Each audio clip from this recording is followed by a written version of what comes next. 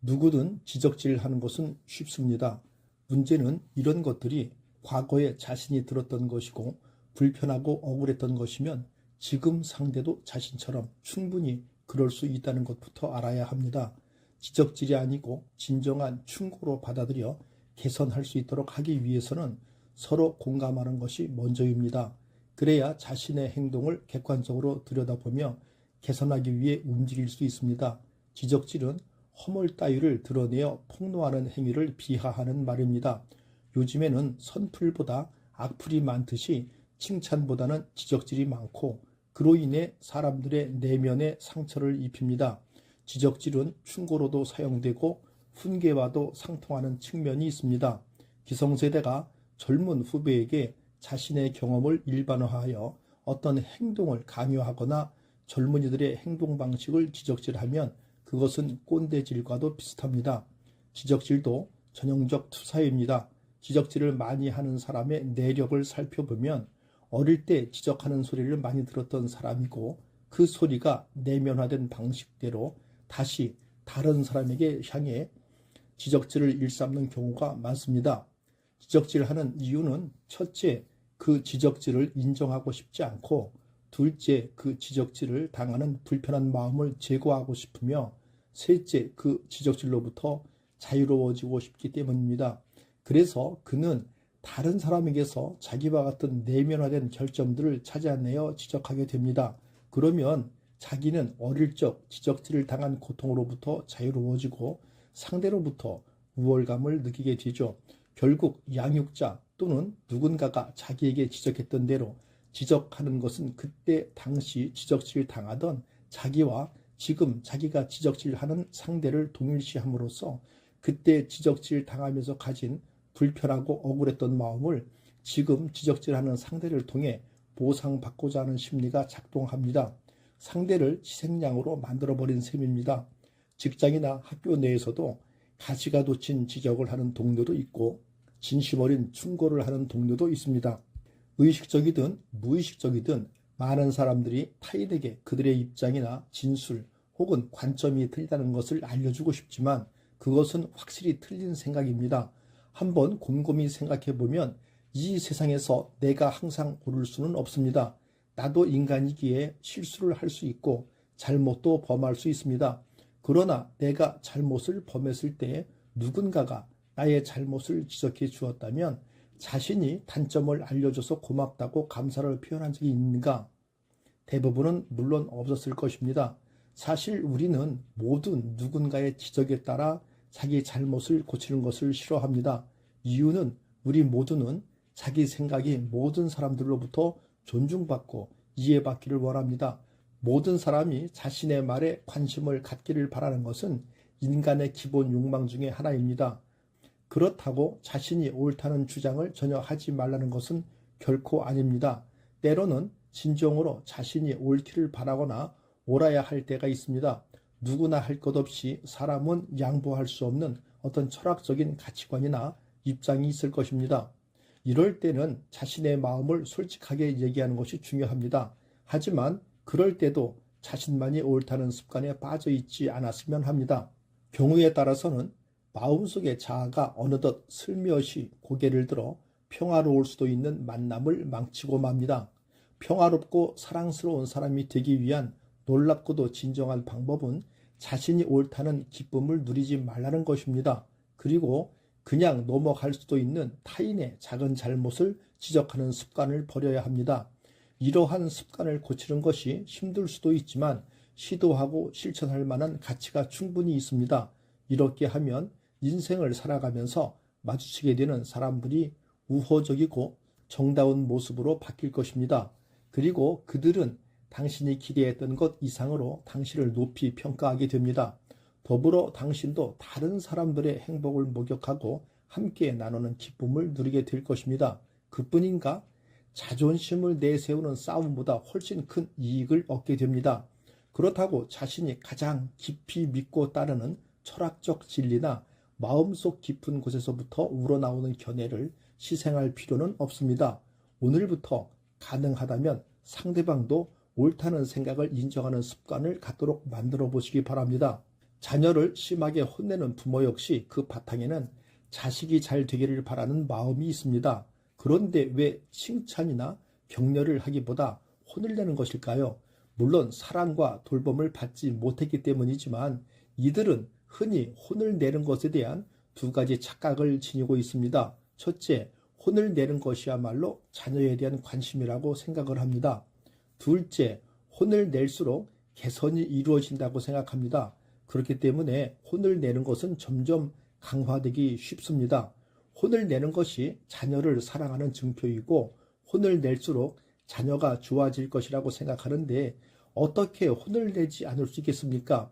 이러한 생각은 자녀에게 그대로 전달됩니다. 즉, 내가 너를 사랑해서 혼을 내는 것이고 내가 너를 혼냈기에 내가 이 정도라도 할 수 있게 됐어 라는 생각이 내면화됩니다. 부모는 나를 사랑해서 혼을 낸 것이고 그렇게 혼을 냈기에 내가 이 정도라도 할 수 있어 라고 생각하게 되는 것입니다.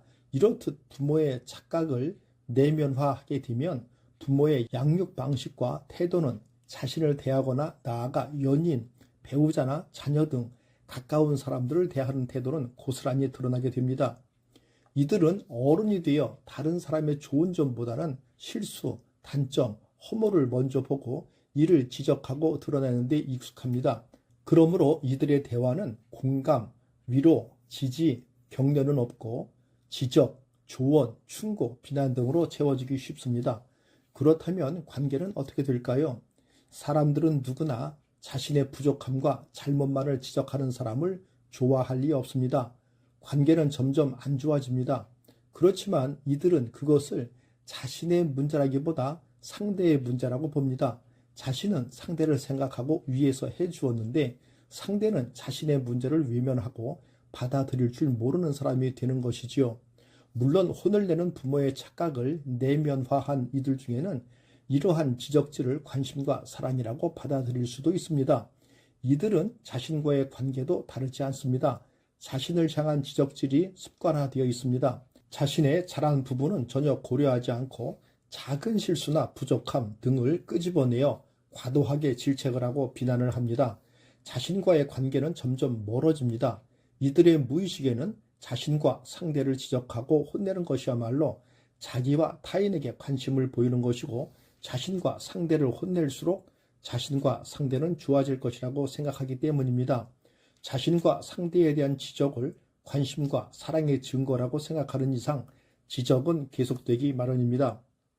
지적질과 충고를 하는 입장에서 같은 언어라도 상대에 대한 진심이 있으면 충고, 자신의 투사라면 지적질입니다. 그러나 진심 어린 충고도 지적질로 해석하고 고마운 제안을 분노하고 짜증내고 있다면 이미 그 사람은 지적질로 내면화되어 있는 사람이고 그것이 이미 정해진 방식으로 굳어져 버리게 됩니다. 남의 티보다 당신의 티가 더 큽니다. 당신 자신을 알고 먼저 돌아보시기 바랍니다. 신약성경 마태복음 7장을 보면 어찌하여 형제의 눈 속에 있는 티는 보고 내 눈 속에 있는 들보는 깨닫지 못하느냐라는 구절도 있습니다.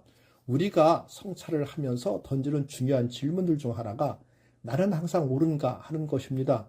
돌이켜보면 만사를 자신의 입장에서 방어하고 정당성을 입증하는 일은 정신을 피로하게 만들며 때로는 사람들로부터 자신을 소외시킵니다. 자신이 옳다는 것을 입증하거나 혹은 상대방이 틀리다는 것을 입증하는 것은 상대방을 방어적인 태도를 취하게 만들며 또한 자신을 방어하는 데도 상당한 중압감을 느끼게 만듭니다.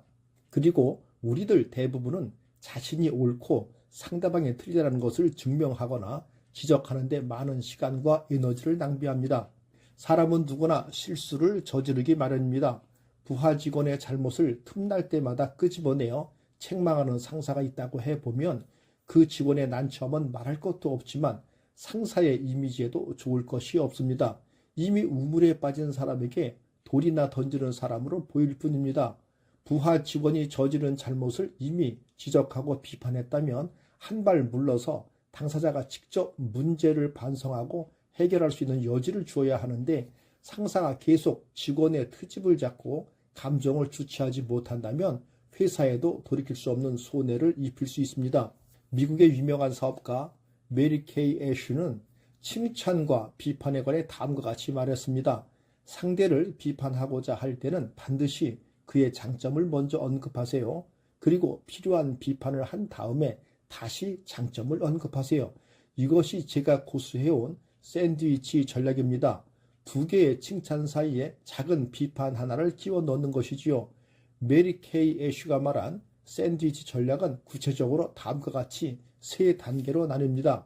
첫째, 선의와 긍정을 표합니다. 구체적인 문제를 지적하기에 앞서 상대에 대한 전체적인 긍정적 평가를 먼저 합니다. 이렇게 상대의 심리적 방어선을 낮춥니다. 둘째, 잘못을 구체적으로 지적합니다. 온화하고 정중한 태도로 지적하고자 하는 문제로 인한 부정적 영향과 자신의 관점을 설명합니다. 이와 관련해 상대가 해명할 수 있는 시간을 주고 그의 말을 경청합니다. 이때 억압적인 자세를 보이거나 상대의 발언 기회를 방해해서는 안 됩니다. 과정에 대한 설명은 듣지 않고 결과만 따지는 태도는 문제 해결에 아무런 도움이 되지 않습니다. 비판의 목적은 상대를 공격하거나 부정하는 것이 아니기 때문입니다. 그가 진심으로 잘못을 인식하고 개선할 기회를 주기 위함입니다. 그러므로 상대가 불만을 품은 상태에서 대화가 끝나게 해서는 안 됩니다. 셋째, 상대를 신임한다는 사실을 일깨우고 자존심을 지켜줍니다. 이 단계는 상대가 잘못된 점을 개선하기 위한 구체적인 실천 방안을 수용하게 하는 데 효과적입니다. 사람들은 누구나 비판을 받을 때 자신의 이익에 손해가 가지 않을까 걱정합니다. 그러므로 비판하는 사람은 상대가 잘못한 특정한 문제를 비판하는 것이지 그의 전체적인 성과를 깎아내리려는 것이 아니라는 점을 분명히 해줘야 합니다. 더불어 상대가 일으켜온 성취를 긍정적으로 평가함으로써 그의 불안과 걱정을 해소해 주는 것이 중요합니다. 이렇게 하면 상대는 비판하는 사람이 전체적인 문제를 파악하고 있으며 그 비판에 악의가 없다는 것을 이해하게 됩니다. 이렇게 경계의 빗장이 풀리면 비판을 쉽게 받아들일 수 있습니다. 사회적인 관계에서 우리는 싫은 소리를 해야 할 때가 종종 있습니다. 누군가가 잘못을 하고 있고 그것을 고치면 좋은 변화가 있을 것 같은데 그 순간 우리는 망설이는 경우가 많습니다. 누구든 싫은 소리를 듣고 싶어 하지 않는다는 전제가 깔려있기 때문입니다. 전통적인 한국 사회에서는 하고 싶은 말이 있어도 참으라고 교육받아 왔습니다. 하고 싶은 말에 반만 해라, 너나 잘해라 등 흔히 이런 조언들을 많이 듣습니다. 정말로 심각한 것까지도 그냥 묻고 넘어가는 경우들도 참 많습니다. 조직 생활에서 직급이 높다 해도 참 어려운 것이 바로 이런 상황입니다. 한국 문화에서 참 쉽지 않은 것, 즉 교육되지 않은 것이 바로 피드백인데 누군가의 단점이나 잘못을 지적하는 것이라고 생각해서 하지 않는 것, 그리고 배우지 못한 것, 그래서 도움을 주지 못한 채 넘어가게 되는 것이 바로 피드백의 결여에서 비롯됩니다. 물론 좋은 행동을 강화하는 피드백도 중요합니다. 잘한 행동을 구체적으로 언급해서 습관이 되도록 도와주는 것 역시 피드백이 일부입니다. 피드백과 지적질은 다른 차원의 것입니다. 성장을 위한 조언과 야단의 차이라고 볼 수 있겠습니다. 우리는 어린 시절 야단을 맞으면서 자라왔습니다. 그래서 누군가가 나의 생각이나 행동에 대해 평가하는 발언을 하면 그것이 야단 혹은 간섭이라고 판단되어 화가 나는 경우가 많았습니다. 하지만 나의 부족함은 내가 쉽게 보지 못하기에 누군가가 정성껏 시의적절한 조언을 해주면 참으로 도움이 됩니다. 누군가를 지적한다는 느낌을 주지 않으면서도 도움이 되는 조언, 즉 좋은 피드백을 주는 데는 기술이 필요합니다. 서로 가슴을 열고 받아들일 수 있도록 하는 것이 관건입니다. 상대를 비판할 때 앞뒤에 긍정적인 말을 포진하면 상대의 부정적인 인식을 줄여 의견을 쉽게 받아들일 수 있게 합니다. 이러한 비판은 간단 명료하면서도 목적을 쉽게 달성할 수 있습니다. 비판하는 사람은 실수를 파악하고 고칠 기회를 주는 등대와 같은 역할을 합니다. 그만큼 중요하면서도 껄끄러울 수밖에 없는 역할입니다. 상대를 비판하는 과정에서 비방하는 수준으로 몰아붙여서는 안 됩니다. 상대를 비판할 때 부드럽고 완곡한 표현으로 이야기한다면 문제점을 지적하면서도 자존심을 지켜줄 수 있습니다. 다른 사람의 잘못을 언급하는 것은 일부라도 그 사람을 부정하는 것으로 느껴질 수 있는 만큼 최대한 잘못한 부분에 집중해서 적절하게 말해야 합니다. 이미 자신이 저지른 잘못으로 인해 양심의 가책을 느끼고 있을 상대를 이해하고 공감하는 표현을 먼저 해야 비로소 바람직한 방향으로 대화를 진전시킬 수 있습니다. 무조건 상대를 거칠게 질책하면 문제를 해결할 수 없고 비판을 받는 사람의 저항심을 불러일으킬 수 있습니다. 누구든 지적질하는 것은 쉽습니다. 문제는 이런 것들이 과거에 자신이 들었던 것이고 불편하고 억울했던 것이면 지금 상대도 자신처럼 충분히 그럴 수 있다는 것부터 알아야 합니다. 지적질이 아니고 진정한 충고로 받아들여 개선할 수 있도록 하기 위해서는 서로 공감하는 것이 먼저입니다. 그래야 자신의 행동을 객관적으로 들여다보며 개선하기 위해 움직일 수 있습니다. 지적질은 허물 따위를 드러내어 폭로하는 행위를 비하하는 말입니다. 요즘에는 선풀보다 악플이 많듯이 칭찬보다는 지적질이 많고 그로 인해 사람들의 내면에 상처를 입힙니다. 지적질은 충고로도 사용되고 훈계와도 상통하는 측면이 있습니다. 기성세대가 젊은 후배에게 자신의 경험을 일반화하여 어떤 행동을 강요하거나 젊은이들의 행동 방식을 지적질하면 그것은 꼰대질과도 비슷합니다. 지적질도 전형적 투사입니다. 지적질을 많이 하는 사람의 내력을 살펴보면 어릴 때 지적하는 소리를 많이 들었던 사람이고 그 소리가 내면화된 방식대로 다시 다른 사람에게 향해 지적질을 일삼는 경우가 많습니다. 지적질하는 이유는 첫째, 그 지적질을 인정하고 싶지 않고 둘째, 그 지적질을 당하는 불편한 마음을 제거하고 싶으며 셋째, 그 지적질로부터 자유로워지고 싶기 때문입니다. 그래서 그는 다른 사람에게서 자기와 같은 내면화된 결점들을 찾아내어 지적하게 됩니다. 그러면 자기는 어릴 적 지적질을 당한 고통으로부터 자유로워지고 상대로부터 우월감을 느끼게 되죠. 결국 양육자 또는 누군가가 자기에게 지적했던 대로 지적하는 것은 그때 당시 지적질 당하던 자기와 지금 자기가 지적질하는 상대를 동일시함으로써 그때 지적질 당하면서 가진 불편하고 억울했던 마음을 지금 지적질하는 상대를 통해 보상받고자 하는 심리가 작동합니다. 상대를 희생양으로 만들어버린 셈입니다. 직장이나 학교 내에서도 가시가 돋친 지적을 하는 동료도 있고 진심 어린 충고를 하는 동료도 있습니다. 의식적이든 무의식적이든 많은 사람들이 타인에게 그들의 입장이나 진술 혹은 관점이 틀리다는 것을 알려주고 싶지만 그것은 확실히 틀린 생각입니다. 한번 곰곰이 생각해보면 이 세상에서 내가 항상 옳을 수는 없습니다. 나도 인간이기에 실수를 할 수 있고 잘못도 범할 수 있습니다. 그러나 내가 잘못을 범했을 때 누군가가 나의 잘못을 지적해 주었다면 자신이 단점을 알려줘서 고맙다고 감사를 표현한 적이 있는가? 대부분은 물론 없었을 것입니다. 사실 우리는 모두 누군가의 지적에 따라 자기 잘못을 고치는 것을 싫어합니다. 이유는 우리 모두는 자기 생각이 모든 사람들로부터 존중받고 이해받기를 원합니다. 모든 사람이 자신의 말에 관심을 갖기를 바라는 것은 인간의 기본 욕망 중에 하나입니다. 그렇다고 자신이 옳다는 주장을 전혀 하지 말라는 것은 결코 아닙니다. 때로는 진정으로 자신이 옳기를 바라거나 옳아야 할 때가 있습니다. 누구나 할 것 없이 사람은 양보할 수 없는 어떤 철학적인 가치관이나 입장이 있을 것입니다. 이럴 때는 자신의 마음을 솔직하게 얘기하는 것이 중요합니다. 하지만 그럴 때도 자신만이 옳다는 습관에 빠져 있지 않았으면 합니다. 경우에 따라서는 마음속의 자아가 어느덧 슬며시 고개를 들어 평화로울 수도 있는 만남을 망치고 맙니다.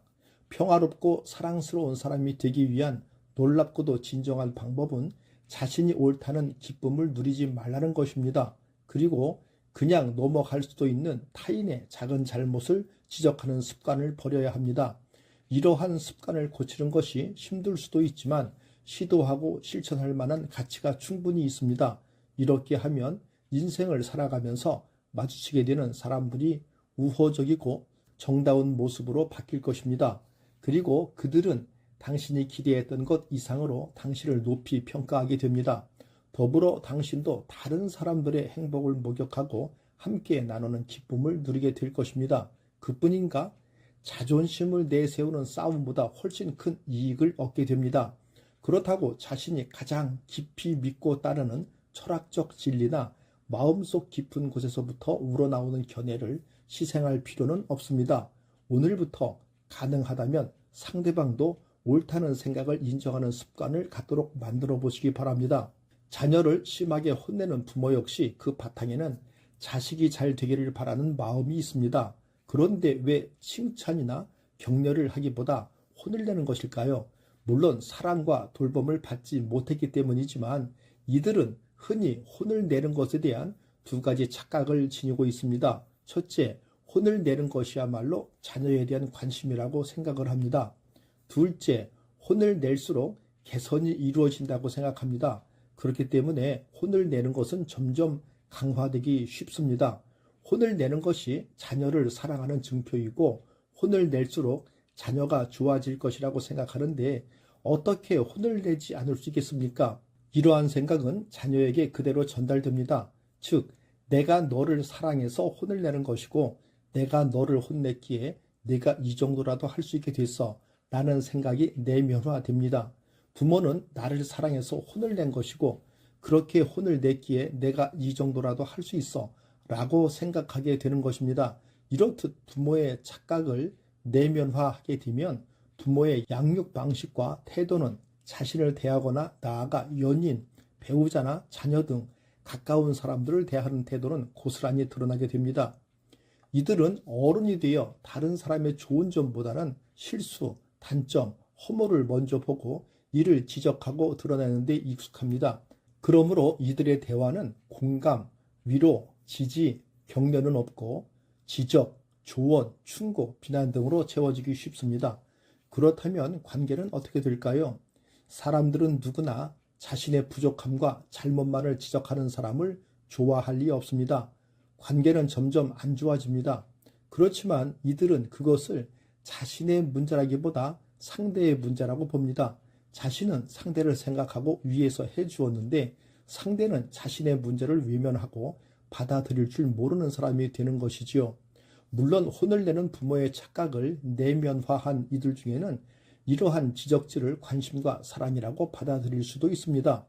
이들은 자신과의 관계도 다르지 않습니다. 자신을 향한 지적질이 습관화되어 있습니다. 자신의 잘한 부분은 전혀 고려하지 않고 작은 실수나 부족함 등을 끄집어내어 과도하게 질책을 하고 비난을 합니다. 자신과의 관계는 점점 멀어집니다. 이들의 무의식에는 자신과 상대를 지적하고 혼내는 것이야말로 자기와 타인에게 관심을 보이는 것이고 자신과 상대를 혼낼수록 자신과 상대는 좋아질 것이라고 생각하기 때문입니다. 자신과 상대에 대한 지적을 관심과 사랑의 증거라고 생각하는 이상 지적은 계속되기 마련입니다. 지적질과 충고를 하는 입장에서 같은 언어라도 상대에 대한 진심이 있으면 충고, 자신의 투사라면 지적질입니다. 그러나 진심 어린 충고도 지적질로 해석하고 고마운 제안을 분노하고 짜증내고 있다면 이미 그 사람은 지적질로 내면화되어 있는 사람이고 그것이 이미 정해진 방식으로 굳어져 버리게 됩니다. 남의 티보다 당신의 티가 더 큽니다.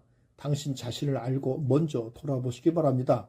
신약성경 마태복음 7장을 보면 어찌하여 형제의 눈 속에 있는 티는 보고 내 눈 속에 있는 들보는 깨닫지 못하느냐라는 구절도 있습니다. 우리가 성찰을 하면서 던지는 중요한 질문들 중 하나가 나는 항상 옳은가 하는 것입니다. 돌이켜보면 만사를 자신의 입장에서 방어하고 정당성을 입증하는 일은 정신을 피로하게 만들며 때로는 사람들로부터 자신을 소외시킵니다.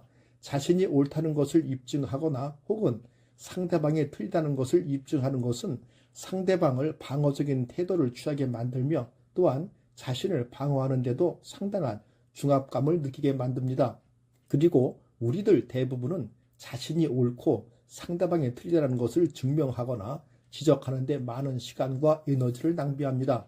사람은 누구나 실수를 저지르기 마련입니다.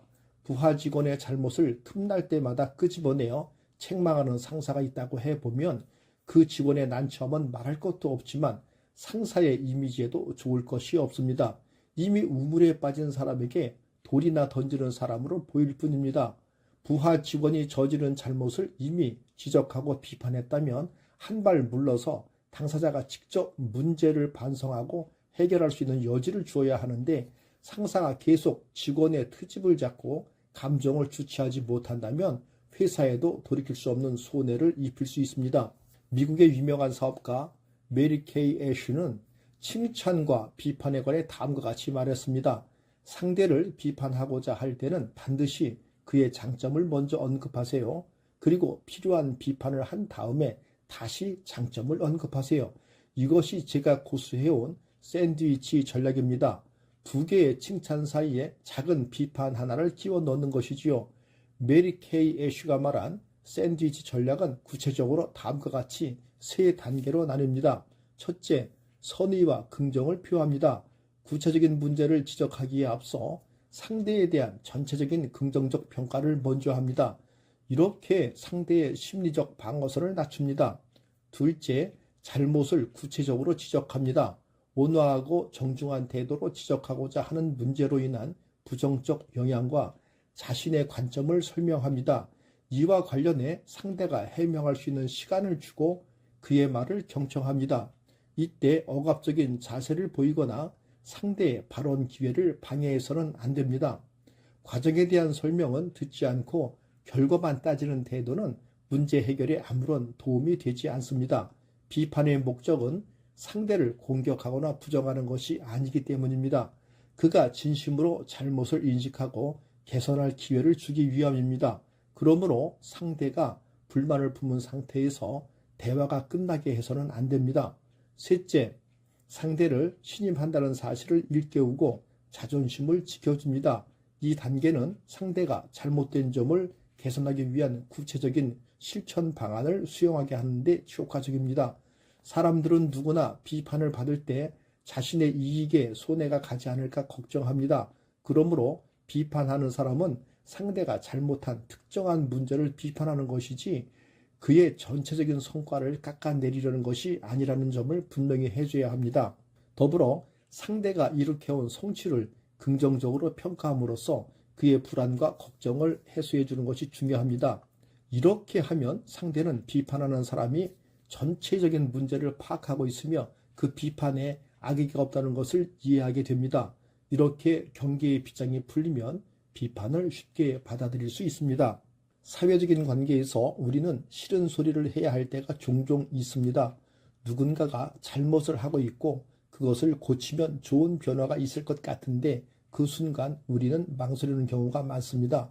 누구든 싫은 소리를 듣고 싶어 하지 않는다는 전제가 깔려있기 때문입니다. 전통적인 한국 사회에서는 하고 싶은 말이 있어도 참으라고 교육받아 왔습니다. 하고 싶은 말에 반만 해라, 너나 잘해라 등 흔히 이런 조언들을 많이 듣습니다. 정말로 심각한 것까지도 그냥 묻고 넘어가는 경우들도 참 많습니다. 조직 생활에서 직급이 높다 해도 참 어려운 것이 바로 이런 상황입니다.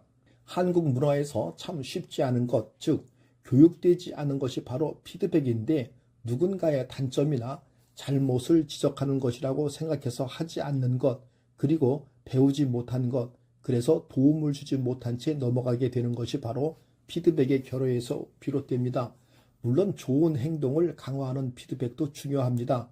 잘한 행동을 구체적으로 언급해서 습관이 되도록 도와주는 것 역시 피드백이 일부입니다. 피드백과 지적질은 다른 차원의 것입니다.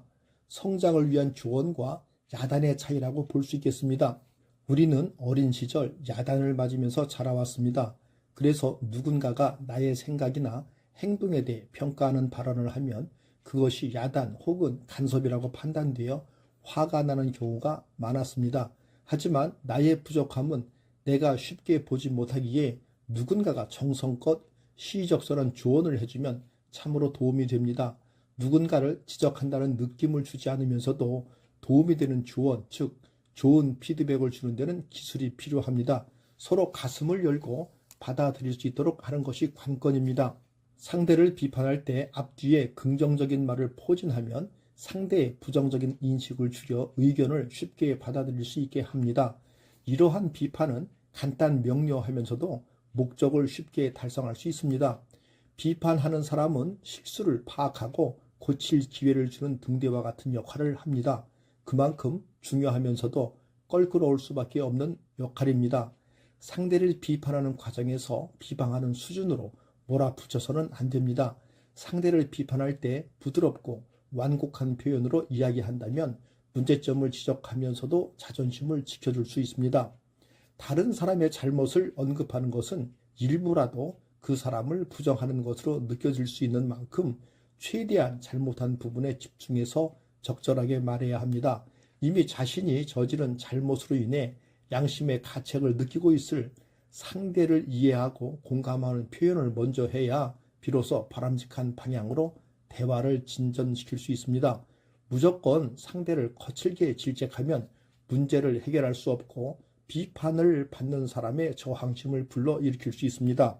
감사합니다. 대한민국을 세계적인 국가로 만들고 지켜온 주인공인 어르신이 존경받는 사회를 구현하기 위한 일에 앞장서는 시니어 인생대학이었습니다.